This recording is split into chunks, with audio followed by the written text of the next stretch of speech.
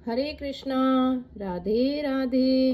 गीता सार अध्याय 2 श्लोक आज हम 16 की अध्ययन करेंगे।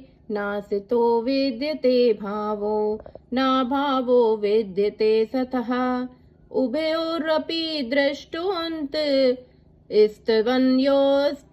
तत्वदर्शिभा।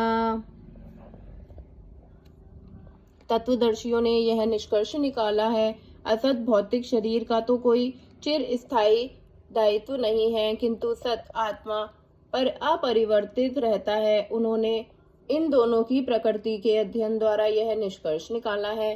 तात्पर्य: परिवर्तनशील शरीर का कोई स्थायित्व नहीं है। आधुनिक चिकित्सा विज्ञान ने भी यह स्वीकार किया है कि विभिन्न कोशिकाओं की क्रिया प्रतिक्रिया द्वारा शरीर प्रतिक्षण बदलता रहता है। इस तरह शरीर में वृद्धि तथा वृद्धावस्था आती रहती है, किंतु शरीर तथा मन में निरंतर परिवर्तन होने पर भी आत्मा स्थायी रहता है।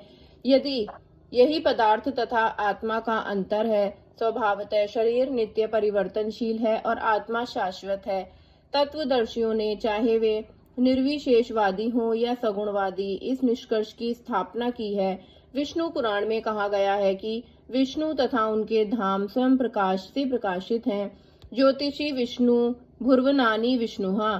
सतह तथा असत शब्द आत्मा तथा भौतिक पदार्थ के ही घोतक हैं। तभी सभी तत्वदर्शियों की यह स्थापना है।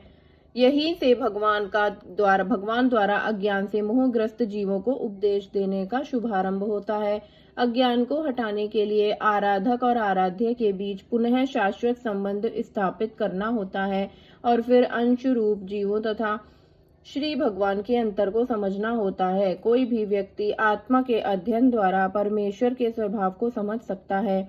आत्मा तथा परमात्मा का अंतर अंश तथा पूर्ण अंतर के रूप में है। वेदांत सूत्र तथा श्रीमद् भागवत में परमेश्वर को समस्त उद्देवों प्रकाश का मूल माना गया है। ऐसे उद्देवों का अनुभव परा तथा अपरा प्राकृतिक क्रमों द्वारा किया जाता है। जीव का संबंध परा प्रकृति से है, जैसा कि 7वें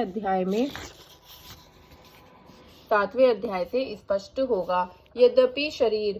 यद्यपि शक्ति तथा शक्तिमान में कोई अंतर नहीं है, किंतु शक्तिमान को परम माना जाता है और शक्ति या प्रकृति को गौण। अतः सारे जीव उसी तरह परमेश्वर के सदैव अधीन रहते हैं, जिस तरह सेवक स्वामी के या शिष्य गुरु के अधीन रहता है। अज्ञानावस्था में ऐसे स्पष्ट ज्ञान को समझ पाना असंभव है। अतः ऐसे अज्ञान को दूर करने के लिए, सदा सर्वदा के लिए जीवों को प्रबुद्ध करने हेतु भगवान भगवत गीता का उपदेश देते हैं। हरे कृष्णा।